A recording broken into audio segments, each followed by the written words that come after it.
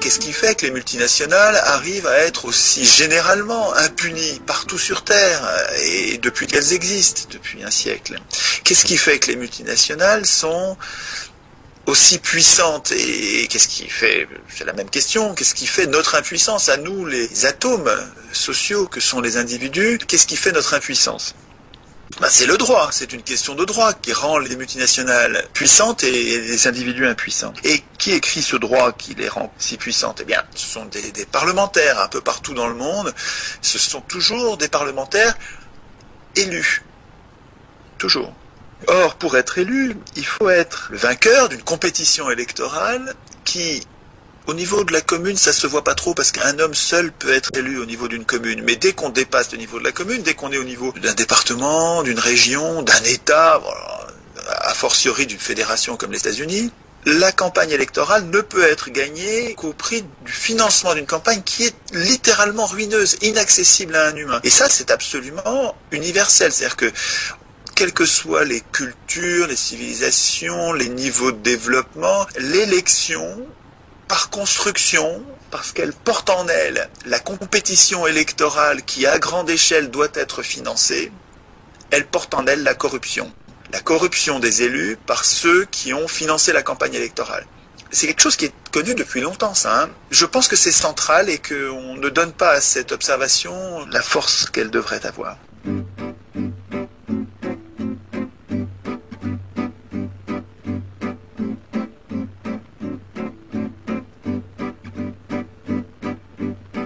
Parce que si on constate que les multinationales contrôlent les marionnettes politiques que sont les acteurs politiques, et notamment les multinationales de la finance, les banques sont des multinationales évidemment, les multinationales contrôlent les marionnettes parce qu'elles ont financé leur campagne et parce qu'elles financeront la campagne de la réélection.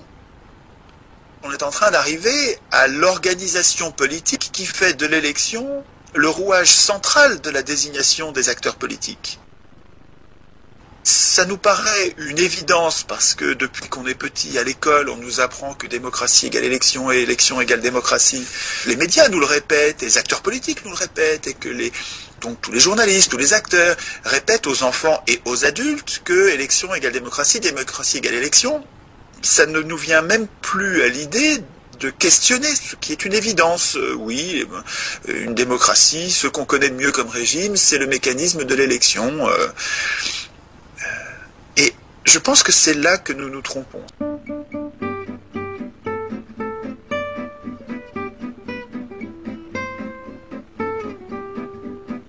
L'élection, qui consiste à choisir le meilleur, parmi une série de candidats, le meilleur Aristos, l'élection, elle est très profondément, elle est viscéralement, elle est inévitablement aristocratique.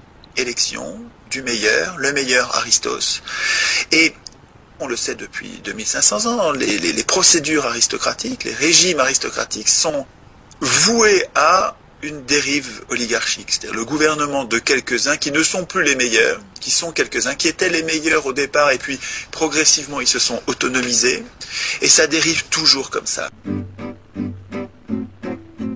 Et ces gens-là, comme ils ont été élus à l'issue d'une campagne électorale ruineuse, ils rendent des comptes à ceux qui leur ont donné le pouvoir finalement. Ceux qui leur ont donné le pouvoir, c'est pas ceux qui ont voté, c'est ceux qui ont payé la campagne électorale induisant les votes. Et ces gens-là, donc les marionnettes politiques, que sont les élus à grande échelle, je ne parle pas des élus à petite échelle, mais les élus à grande échelle nous jouent un simulacre, une pantomime de pouvoir, mais en fait, ils ne sont pas au pouvoir pour le compte de l'intérêt général, ils sont au pouvoir pour le service prioritaire de leurs donneurs d'ordre, de leurs financiers, de ceux qui ont financé leur campagne passée et qui financeront leur campagne à venir. Tout ça est programmé quelque part, cette élection soi-disant démocratique, Alors que c'est le contraire, l'élection, c'est la négation de la démocratie. Ça consiste à abandonner le pouvoir. Le peuple abandonne son pouvoir au profit de gens qui vont être ses maîtres, qui vont tout décider à sa place, à la place du peuple. Et donc c'est le contraire de la démocratie. La démocratie, c'est un peuple qui vote lui-même ses lois, directement. Un peu comme dans certaines communes de Suisse, où il n'y a pas de conseil municipal. Et où, en fait, les citoyens, ceux qui veulent, se réunissent dans un gymnase et votent eux-mêmes leurs lois à main levée. Leurs lois sur l'éducation, leurs lois sur la police, loi sur la propriété, ils votent eux-mêmes leurs lois. Et c'est possible ça, hein, c'est juste une question de volonté politique du peuple en question.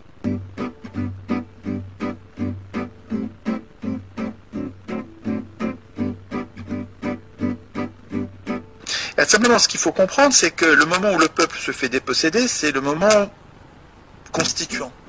C'est le moment où on écrit le droit du droit, c'est-à-dire le droit supérieur, que devraient normalement craindre les parlementaires, les ministres, les juges, et que nous laissons écrire sottement. On est vraiment idiots, hein. Nous laissons écrire la Constitution par les professionnels de la politique qui devraient la craindre.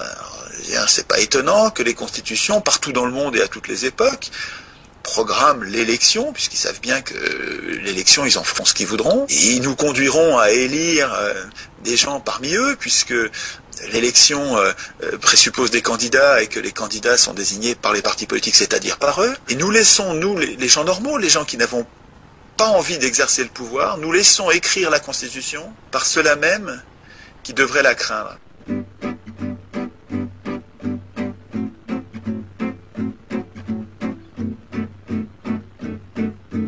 Et c'est à ce moment-là que nous perdons tous nos combats futurs, y compris, évidemment, principalement, puisque c'est un des combats majeurs, y compris le combat écologique. Nous perdons la bataille écologique au moment où nous laissons écrire la Constitution par les professionnels de la politique, qui par là même vont organiser notre impuissance et leur dépendance, la dépendance de ces professionnels de la politique, aux grands acteurs économiques que sont les multinationales. C'est ça la cause des causes, c'est notre indifférence par rapport au processus constituant. Si nous étions moins bêtes, nous ferions le lien entre notre impuissance politique et le fait que nous nous sommes désintéressés de la Constitution, dans laquelle notre puissance politique pourrait être programmée, dans laquelle, pour l'instant, c'est dans la Constitution que notre impuissance est programmée. Mais si nous faisions le lien entre cette impuissance et sa source, qui est le processus constituant, dévoyé par les professionnels de la politique qui ne devraient pas écrire la Constitution. Et c'est à nous de leur interdire, c'est à nous d'exiger que la Constituante soit indépendante des acteurs politiques de métier.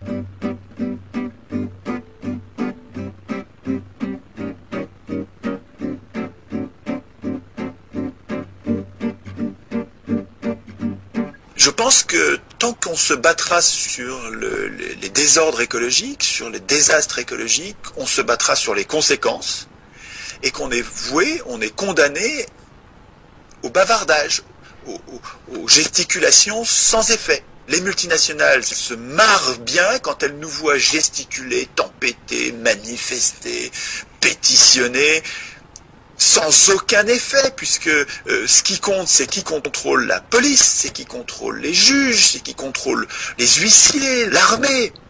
Les gens qui contrôlent la force publique sont désignés dans la Constitution, et nous nous en foutons. Nous méprisons sottement, et ça on le paye en asservissement dans l'entreprise, on le paye en asservissement écologique, on le paye en travail forcé au profit de ceux qui ont beaucoup d'argent, on le paye en sabordage monétaire éhonté. Tout ça, c'est les conséquences de ce que j'analyse comme la cause des causes, qui est l'indifférence populaire par rapport à cet outil génial que nous devrions apprendre à utiliser, à respecter, à protéger dès la plus tendre enfance.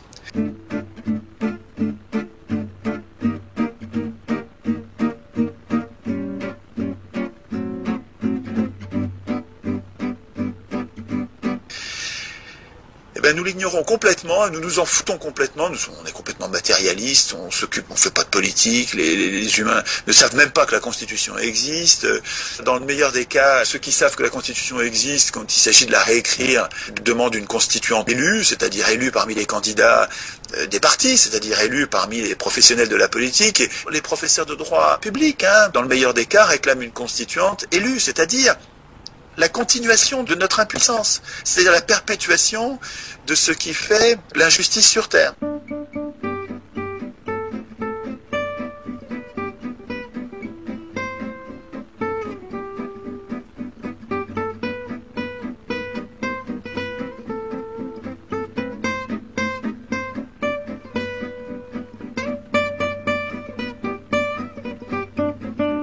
Je ne dis pas que le résultat sera parfait, mais tout va changer, y compris sur le plan écologique. Tout va changer quand les peuples vont faire le lien enfin entre la multiplicité, leurs milliers de problèmes. Quand on va mettre fin à la généralisation des abus de pouvoir que rend possible notre indifférence constituante, on va tout changer. S'il y a un homme seul qui défend cette idée-là, et qu'il commence à être populaire, et qu'il commence à gagner des élections, et qu'il va déclencher un processus constituant désintéressé, et donc priver les multinationales et les riches de la maîtrise du pouvoir politique, qui existe depuis 200 ans. Le capitalisme n'est possible que par le suffrage universel qui permet aux riches d'acheter le pouvoir. S'il y a un homme seul qui défend ça, il va se faire assassiner, tout simplement, parce qu'ils vont nous voir venir avec le tirage au sort. Ils savent bien ce qu'ils ont à perdre avec ce truc-là. À mon avis, il ne faut pas procéder comme ça. Il faut que nous nous passions le mot, comme nous faisons là en ce moment, et il faudrait que chacun de ceux qui ont compris ce truc-là devienne j'appelle ça un virus gentil, un virus bénéfique, un virus de justice sociale et un virus démocratique, quoi. Mais un virus pour dire qu'il faut coller une maladie à l'oligarchie régnante, c'est-à-dire que le monstre peut tomber. Il est très puissant là. Je veux dire, il a tous les pouvoirs, le pouvoir politique, le pouvoir économique, le pouvoir médiatique, le pouvoir financier, le pouvoir culturel. Je veux dire, c'est un monstre. Je veux dire, là, avec un rapport de force, on ne gagnera jamais. Par contre, on peut lui coller une maladie. Alors, quand on est malade, on est très affaibli. On peut mourir. Et l'oligarchie, je pense, peut mourir. Je crois que j'ai trouvé un antidote. Si la désignation des acteurs politiques était... Mais parce que nous sommes des millions à le vouloir, ça n'adviendra pas tout seul. Il faut que nous soyons des millions à le vouloir. Mais si nous arrivions au résultat du tirage au sort pour désigner les acteurs politiques et pour désigner les contrôleurs des acteurs politiques, nous rendrions l'oligarchie mortellement malade. Comment faire ? Il faudra s'insurger un jour ou l'autre, oui. Bon, les insurrections, il y en a partout dans le monde, toutes les époques, c'est pas un drame. C'est le lot de l'humanité, On n'arrête pas de s'insurger contre nos maîtres. Mais cette fois-ci, si nous étions, avant de nous insurger, si nous nous étions passé le mot, cessons de nous diviser de façon grave sur les conséquences et concentrons-nous, en plus de notre spécialisation sur tel ou tel secteur, concentrons-nous sur la cause des causes qui serait, si vous êtes d'accord avec moi, nous avons besoin d'un processus constituant désintéressé, sans aucun professionnel de la politique, c'est-à-dire probablement tiré au sort, une constituante tirée au sort. J'ai peut-être tort, je viens pas avec une vérité révélée, je cherche et je me confronte aux controverses et bon, pour l'instant, j'ai pas trouvé d'objection qui montre que j'ai tort, donc je continue. Et si vous trouvez que c'est une bonne idée, il faut m'aider, parce que tout seul, moi, je ferai rien du tout. Je vais parler, dans le meilleur des cas, à quelques dizaines de milliers de personnes, et puis c'est très insuffisant. Il faut que chacun d'entre nous, qu'on devienne des globules blancs.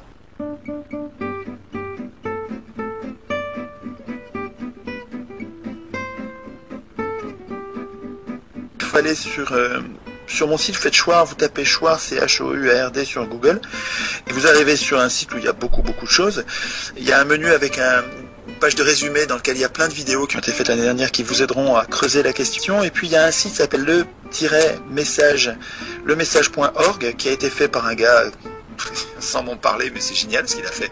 Il a résumé l'essentiel de ce qui lui paraît l'essentiel de ce travail, et ça donne un truc qui est très sexy, très attrayant, ça permet d'entrer dans cette émancipation, ce travail sur le processus constituant. Je vous recommande d'aller voir, c'est très intéressant. Vous deveniez vous-même des globules blancs, des virus. Vous collez la maladie à l'oligarchie.